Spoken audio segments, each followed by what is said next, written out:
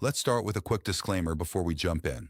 This documentary presents religious traditions, interpretations, and prophetic claims strictly for educational and spiritual discussion. We're here to objectively analyze the texts and break down exactly what they say. Why a 600-year-old text predicted its own impostors. We are looking at a genuinely incredible historical and prophetic anomaly today. We're exploring a 6th-century-old text about Kalki, the prophesied final avatar in Hindu scripture. But here's the kicker. This text didn't just predict the future. It literally predicted exactly how people would try to hijack its own prophecies. So you might be wondering, how does a 600-year-old prophecy protect itself from modern impostors? Most historical prophecies are notoriously vague, right? They use broad, sweeping language, which means anyone with a bit of charisma can step up and claim, hey, this is about me. But one ancient scripture boldly predicted its own impostors, and it didn't just give a vague warning. It fixed their exact number at 12. It basically created a forensic cheat sheet to protect itself. Section 1. The Self-Guarding Prophecy. To understand this brilliant anti-fraud mechanism, we have to look at the Bhavishya Malika, which translates to the Garland of Future Prophecies.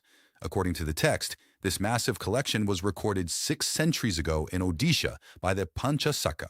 These were 5 great saints, Achyutananda Das, Yashobanta Das, Shishu Ananta Das, Balarama Das, and Jagannath Das. And the tradition states they wrote this under the direct instruction of Lord Jagannath. We absolutely have to be precise about how this text views itself. It explicitly states these writings are not the creative work of human authors or poets. They are classified as Brahma Vani. That means the divine voice of the Supreme. According to Bhavishya Malika, these are the exact words dictated by the Lord. This is absolutely crucial for understanding the absolute certainty with which these texts are viewed by followers. Section 2. The 12 False Kalkis. This brings us to a hyper-specific warning about the end of our current era.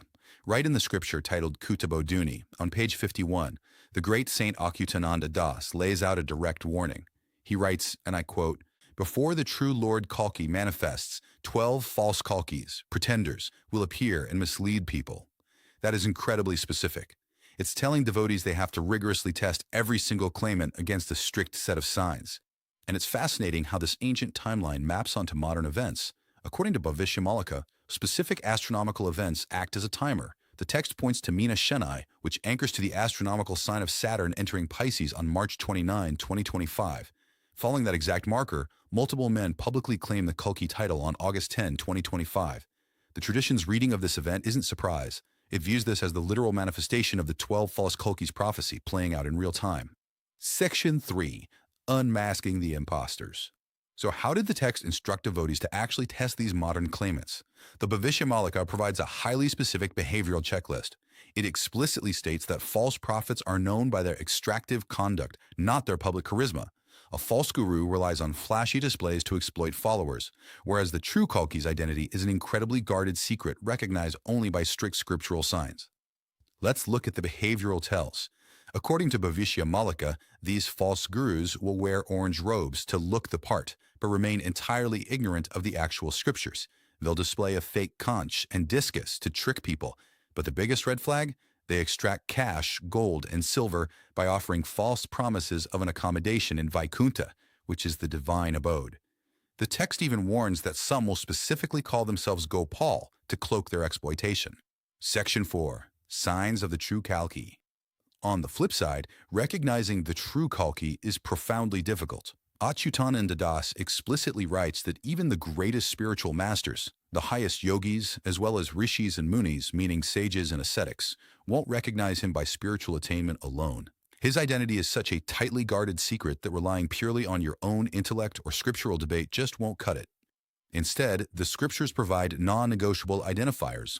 According to Bhavishya Malika, the true Kalki first comes in the hidden form of Bal Gopal. His specific human name is recorded as Sri Sri Satya Ananta Madhava, and later, for the destruction phase of the era, he takes the name Kalki Ram. The timing is totally locked in too. The Kali Kalpa Gita, in chapter 3 on page 9, anchors his arrival and manifestation to those specific astronomical markers, exactly like the Mina Sheni timing we talked about just a moment ago. There is also a strict positive test for his location. Any claimant must be associated with the exact prophesied location of Sambal. This is heavily documented across multiple texts, including Padamajana on page 35 and Tarakanu Sharana, chapter of 28, page 12. If the location is not Sambal, the texts say it is not the true Kalki. But remember, it's a two-way street. How does the Lord recognize his true devotees? The text states this happens through their practice of Trisanja, which refers to the 3 traditional daily prayers. It's this specific practice, not just talking or debating, that actually links the devotee to the divine. Section 5. The Honest Ledger. Looking at our current reality and applying the rigorous criteria of the Bhavishya Malika, no living person has been independently verified as the true Kalki. And honestly, that is exactly the point. The text provides a discernment method. It's a forensic tool designed to protect people from fraud. It is absolutely not a premature verdict. Section 6. Dawn of Satya Yuga. I want to quickly note that the reason we can explore these 600-year-old forensic prophecies today is due to the meticulous research and preservation by Pandit Dr. Sri Kashinath Mishra and the Biswa Sanatan Dharma Seva Trust. They've done incredible work ensuring the original teachings of the Bhavishya Malika are accurately preserved. Ultimately, the text frames the chaos of these false Kalkis not as a reason for despair, but as the labor before a birth. As the prophecy points toward the dawn of the Satya Yuga, the era of truth around 2032, the texts invite everyone to prepare.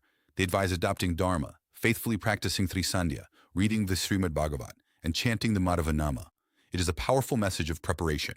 So if you want to actually apply these ancient anti-fraud measures, protect yourself from impostors, and prepare for what's next according to the Bhavishya Malika, what does a daily routine on this path actually look like? Well, that's exactly what you should be asking yourself next.